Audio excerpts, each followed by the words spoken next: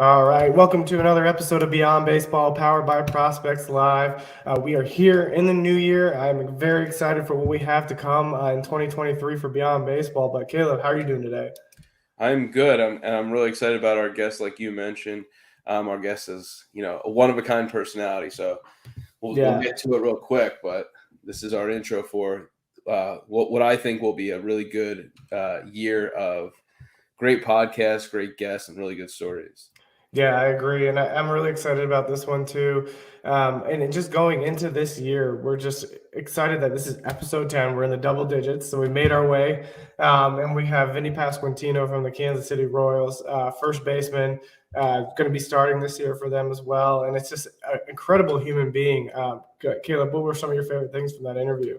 Yeah, I mean, one of the things that stands out right away is the guy has a sense of humor, and he doesn't take life too seriously. I know those are kind of cliches in a way, but when you're, part of a franchise that has, the Bobby Witt Juniors and the legendary Salvador Perez's, you know that you have to figure out where your role is, and a lot of that is checking your ego at the door. I think he does a really good job of saying, I'm just a person. I get to play baseball. I'm not going to spoil any of the things going up into his path and how he dealt with COVID and all that kind of stuff. But I think it's very interesting just knowing where he came from and where he is now. And one of the things that really stood out to me was just him understanding how to work with people. Let's put the baseball thing aside. I know we always try to go beyond baseball, but I think for him, he really has to figure out, this is where I fit. This is who I'm working with. We want to achieve the same thing. And to get there, we all have to understand our personalities and how we fit in with, an overall team culture. Yeah, and I love that about him too. And when you talked about ego, I think people who work in the restaurant industry will very much appreciate this interview as well. It's just kind of cool to hear how some of his perspectives got developed during that COVID year that you mentioned, but we'll save that for everybody to kind of listen into.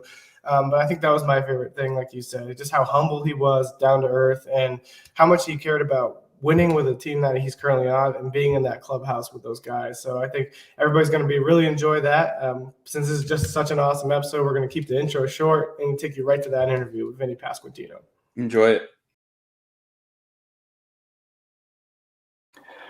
All right, everybody, welcome to another episode of Beyond Baseball. We have an awesome interview today. We have the Italian breakfast, the Italian nightmare, all the nicknames that you can think of. Vinnie Pasquantino. Vinnie, how are you doing today? I'm good, guys. Thanks for having me on. Good to be here. Yeah, we really appreciate you taking some time. Just for the viewers who don't know you, just give a little bit of background on who you are, how you got to where you are now, and just some of your passions that you have outside of the game. Yeah, so I'm from Richmond, Virginia. Born and raised in Virginia. Went to a high school in Virginia that actually has another big leaguer, Josh Winder, who's with the Twins, and first-round draft pick Griffin Roberts, who's with the Cardinals. He was in Double-A last year with them.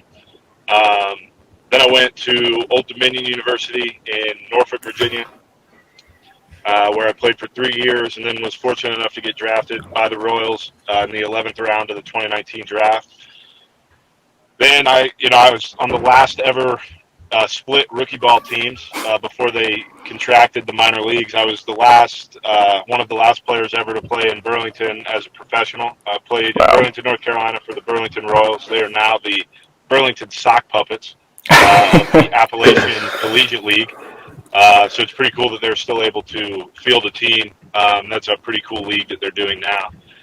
Then we had, then the pandemic hit and kind of hit everybody hard. And I was not fortunate enough to go to the alt site or be a part of any of the workouts over the summer. So I got a job at a burger place called Burger IM, and I was a cook. So I learned how to make burgers and different things like that, different kind of sandwiches. So that's what I did in 2020. Then we had fall camps that year, instructs, and then 21 I played for the Quad City River Bandits, which is the high A team. It's in Davenport, Iowa. And then I was lucky enough to get promoted to Double-A mid-season to Northwest Arkansas, and then this year started in Omaha, and then was able to finish in the big leagues with the Royals, and I've moved to Nashville all in that time, so I'm home in Nashville right now. Pretty much outside of baseball, I don't really do much other than watch football and tweet about it. That's pretty much all I do. I'm a New York Jets fan, and I watch all their games whenever I can, and I light up social media about them. And to be honest, that's really all I do, other than hang out with my fiance and my dog. That's pretty much what I do. Yeah, I won't admit that I'm a Patriots fan, so we won't have to get into. Yeah, don't do that. Well, that's awesome. Your journey is just incredible, kind of going from Old Dominion, just kind of one of those smaller schools. Kind of take us into that transition as well, kind of going from being kind of the big fish at a small school and transitioning to professional baseball where everybody's talented and you're coming into this environment that you're just dealing with different skill sets of players. So kind of take us into that transition. Yeah, to be honest, I think Old Dominion helped me prepare for professional baseball more than any other school could have, just for my own circumstances, because I came into school as I was 6'4", 190 pounds maybe, and I was a two-way player at first, never ended up pitching in the collegiate level, just ended up playing first base. And my coach there, Chris Finwood, Carl Nonamaker, Mike Marin, Tim Levine, all those guys, there's too many to name, but they all prepared me for what being a professional looked like pretty much from day one of getting to school, and they were able to kind of shape. They're not the only people that have shaped who I am as a baseball player, but they really helped me. For 3 years, your coaches are kind of like your parents. Yeah. Because you're away from home, so the only people that you can really rely on and trust is your coaches. So if you don't have that trust, being able to communicate with your coaches effectively, it's really hard to be away from home without that kind of guiding light. So for me, I was super lucky to have those guys in my life who were able to kind of shape who I am, in turning me into a professional and turning me into kind of who I am now. Yeah, and I love that mindset because not many coaches do that. But it sounds like your coach is really focused on the human being that you were outside of the game, which I think is absolutely awesome. Yeah, well, at the end of the day, at a small school, not everybody that goes there is going to go professionally. And I think things have kind of changed with the NIL, stuff like that, because guys are able to get paid, and they're able to transfer without having to sit out. So it's kind of, I'm not saying that in a bad way. I'm not the old man yelling at a cloud. I'm just saying it has changed. And to be honest, I don't really know how much it has changed because it doesn't affect me anymore. I'm not in college. Yeah. So for me, it was just really important that it really was a family. A lot of people preach that their school or whatever, their program is a family. And for me at Old Dominion, I really felt like it was. And the beautiful thing about it is it's not like everybody had that experience. That was an experience that I had. Not everything works out for everybody, and people need to go find their own fit. So guys are transferring, different things like that, because they need to find their way. And I think it's a cool thing for people to be able to make those decisions now for what's better for them and their family. Yeah. Vinny, I was going to jump in. Nice to meet you. My name's Caleb Mezzi. I wanted to just kind of touch upon the ODU experience. How did you choose that? I know you're from Virginia, and it's not too far away from home, but ODU is one of those schools. I mean, I'm 36 years old, and I've even known that they produce some major leaguers. So I think they're under the radar in terms of producing that. It might have been one of the reasons why you chose that. And then when you were there, what were you doing outside of baseball? What was your major? How was the academic side? I am a college professor, so that's why I'm asking this question. But I'm more or less trying to figure out, at what point in your ODU career did you see the major leagues as a possibility? To be honest, the major leagues was, just to answer that question more directly, the major leagues was never a possibility until it became a reality. It wasn't something for me that I always looked at as being realistic. It was always something that I wanted to do, but it was always a dream. It was never here's my path, and this is why, I kind of love being a later round pick, is there was never a clean path to the big leagues for me. I had to earn everything that I've gotten. So, and I personally, I love that because it gives me a free chip I can put on my shoulder at any given time. So for me, that's just kind of, I was in school obviously thinking about playing in the big leagues, but it was more focused on, all right, what's the next step? All right, the next step is this. Get to professional baseball. Once you get to professional baseball, then you try to move up every level. Then once you get to AAA, you try to get to the big leagues. And, that's just kind of how my mind works. But yeah, so I committed as a sophomore to Old Dominion. They were my first offer. And it was kind of like what my mom would compare to a wedding dress. and how it's kind of the first one you fall in love with, and that's kind of how it was for me. I knew immediately. So pretty much as soon as they gave me an offer, I was ready to commit. And then obviously you have to go into kind of negotiations of kind of figuring out the money, making sure things work like that. And for me, we were able to, do that quickly, and I was able to commit. And I have zero regrets about committing that early and committing to Old Dominion. But while I was there, when I first went to school, I was a sports management major because that's kind of just what everybody did. So it was like, all right, that's cool. I'll be a sports management major, see where that leads. And then I realized, to be honest, I wasn't really that passionate about it. So I talked to my academic advisor, who at the time her name was Meredith McCall, and we decided that what I was passionate about was communicating and communications. And so I changed my major to communications with a minor in lifespan communications. And so from my sophomore year on, I was studying communications, and I got drafted as a junior, but I ended up going back and getting my degree right away. So I got drafted in 19, took classes over the summer of 19, in the fall of 19, spring of 20, COVID hit, still was taking classes and was able to get my degree in December of 20. So I am a proud collegiate graduate of Old Dominion University. That's awesome. I mean, so the one thing that's kind of cool too is now you have a new manager who also went to the same school as you. How awesome is it to kind of have that community or that sense of community with your now manager that you're going to have in the big leagues? Yeah, I think it's really special. So I believe there's 7 guys currently playing in the major leagues. That would be obviously Justin Verlander. He's the marquee name that everybody knows. Me, PJ Higgins, who is a catcher with the Cubs right now.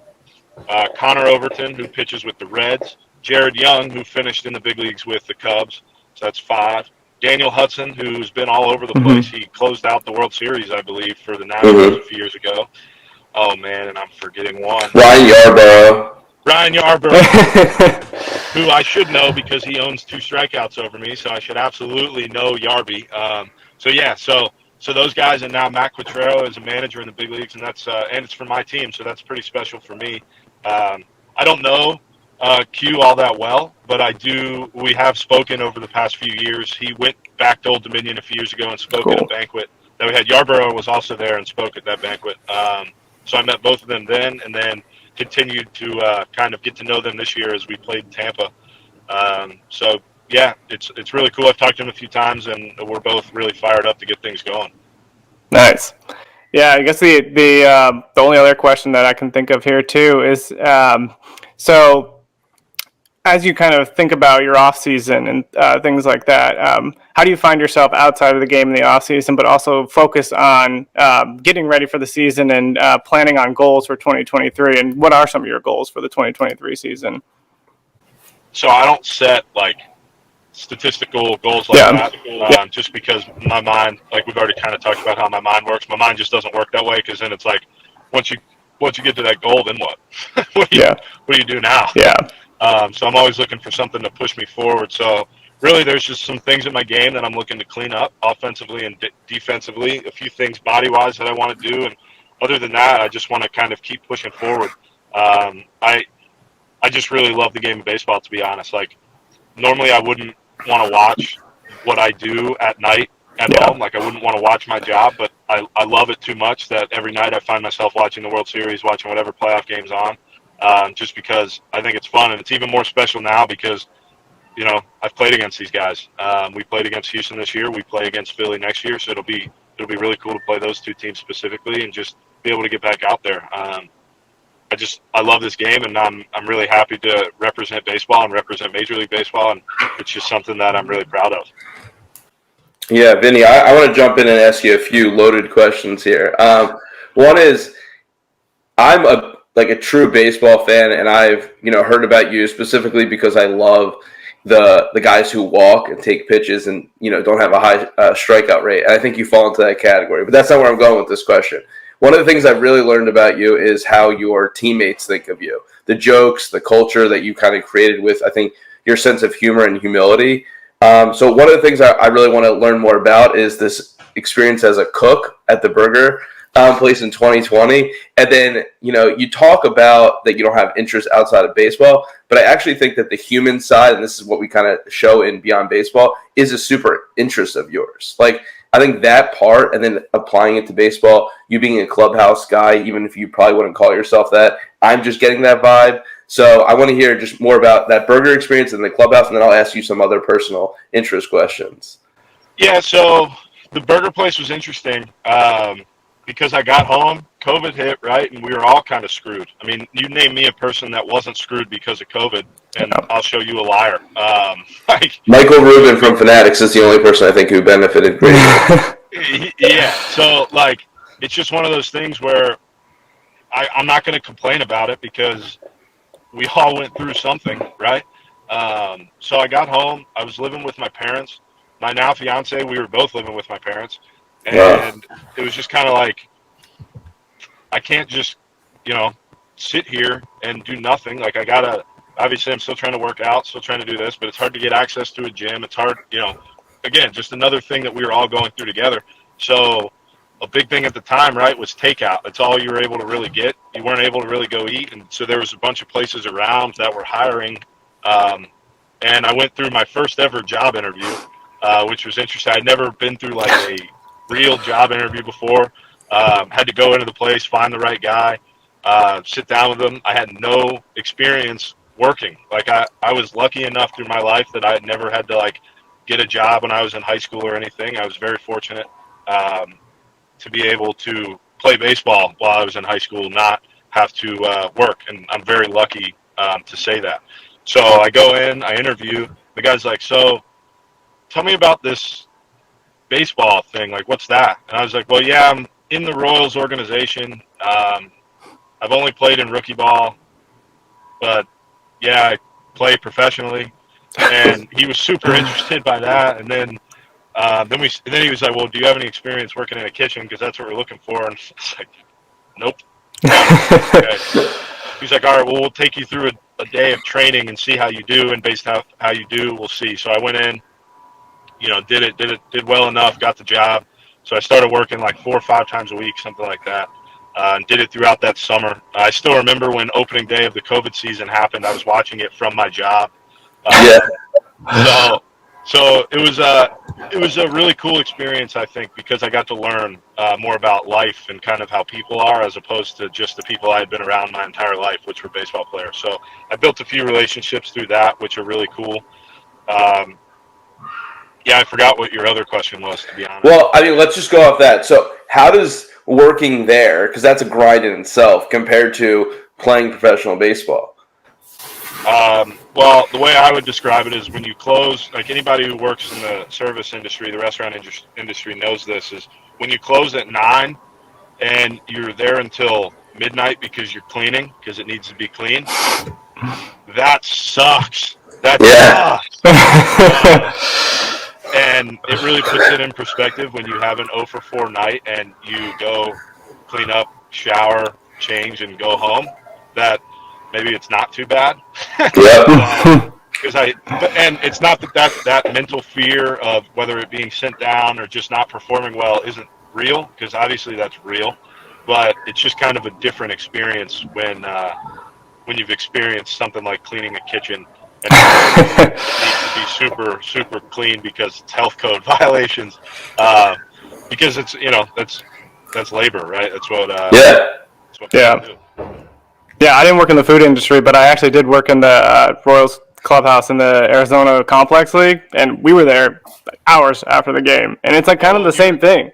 We talk about that sometimes. Your job as a clubhouse attendant is basically dependent on when guys are willing to give you their clothes. Yeah. So it's kind of funny how everything just kind of works out like that. It's you can't leave until I give you my clothes, essentially, because you got to wash them, and then it's just kind of everybody's got a job to do, right? Yeah. The other part of my question was that clubhouse thing, and that's where I was trying to see, and I think we'll get into Jared's question, which is how you got your nickname, but I'm curious how you take those experiences from kind of flying under the radar, being a later round pick, having, as you said, this this not so clear path that you have to earn each step of the way. How you bring that into the clubhouse, how you I mean, you're with some pretty big name prospects, and it's not a lie there. So I'm curious how you bring that into the clubhouse.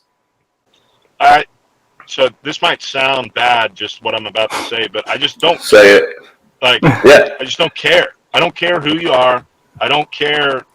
I mean, obviously there's standards there, but I'm saying, like, we're all in the same clubhouse, right? We're all going through this together. Yep. Let's make it a good time if we can. It's not worth coming into the clubhouse where you're with these guys for at least 162 days every year to be in a bad mood or, be upset about something, because while you're there, you have a job to do. You might as well make it a good time. So that's kind of my mindset is, we're all at some point, like if 3 guys are rolling on a team and they're smoking hot at the plate or something like that, 3 guys are ice cold at the plate. Yeah. So it's not worth my time if I'm struggling to be super upset about it because somebody else is doing unbelievable. And then when I'm doing unbelievable, that guy might be struggling at that same time. And now I'm all of a sudden in a good mood because I'm going great. Like to me, that's just, it's fake a little bit. And once I figured out that I am who I am as a person, me on the field doesn't affect me as a person. Mm-hmm. It doesn't matter what baseball player Vinnie is doing. Once I step off the field, once I leave the stadium, human Vinnie becomes alive, and it doesn't matter. And I know a lot of guys talk about that when they have kids, is they have a different perspective on things. Yep. When they go home, it doesn't matter how they played because there is so much pressure every night. You're getting tagged in tweets, yeah. You're getting DMs, and whether it's people placing bets based off of how you do and you don't do it, and now you've lost somebody money. Like nobody cares if you lose somebody else money because that's your fault for betting, right? Like it's just one of those things where it's like you can't put all that pressure on yourself because if you do, you're going to crumble. So to me, if I can relieve pressure from other guys and help them, that helps me too. Yeah. That helps the Royals. We win games. Now we're all happy. yeah. I absolutely love that mindset. And as we kind of dive into these last couple questions, the first question I have is, I know George Brett gave you the Italian Nightmare nickname, but where did the Italian Breakfast one come from? So I think you know him pretty well. The guys from Royals Farm, they were the ones who created the nickname. And it's a comp to Billy Butler, who was the Country Breakfast, and large first baseman. They're Italian. So before I got to the big leagues, it was Italian Breakfast. It's nicknames are cool. Anytime anybody's talking about you in a positive way, that's always a nice thing. So I'm not gonna hate on the nickname, right? I mean, I appreciate those guys. So, but we have to know, what is an Italian breakfast? No idea. No, we have to make it right now. I mean, you have experience with burgers. I wouldn't say a burger is Italian breakfast, but let me tell you this: I'm going to Italy on Monday. I'll be there for a week, so maybe I can update everybody what a real Italian breakfast is. Let's do it. Get back. Yeah. It could be just a carbonara pizza. Just from a lot of people, I hear the stereotype. I'm not saying this is true. This stereotype. It's like a cannoli and a cigarette is what most Italians have for breakfast. Wild. That's not what I'll be having for breakfast. But I'll let everybody know. Yeah, that's awesome. And then, so the last question I always ask, kind of just to wrap things up, I spoke with Ben Kudrina, and he talked about how important it was to have like meetings and coffees with like you and Michael Massey, and to help them transition to professional baseball. So one question I kind of always wrap up with is, what's one piece of advice you have for the younger guys who are just making that transition out of high school to the pros, or coming from college and just trying to establish themselves outside of the game, but in the game as well, as soon as they make that jump? Yeah, I think it's the jump, especially from high school, is tough if you don't have a really good support system around you, because for the first time in your life, you're on your own and you have a little bit of money in your pocket. So there's a lot of temptations, and like it's weird thinking I'm old enough now to be like, yeah, those kids or whatever, but it's true. They're 18, 19, 20, right? I'm 25 now. Like I've kind of experienced things that those guys are about to experience. So if they were to ask me, I would just tell them, like, you really just need to focus on what you actually want, not what people tell you want, because there's plenty of guys that are playing professional baseball that don't really like the game of baseball. And some of them are just so talented that it doesn't matter, and they're going to make it anyway. But, even like most guys that are some guys that are playing, most guys, do really have a passion for the game, and you really find that out when they become coaches afterwards or things like that. So my biggest advice to guys like Ben, guys who came out of high school, guys that are coming out of college, is really just enjoy these next few years, because your first few years in professional baseball are different than any other time, because you have to have a roommate.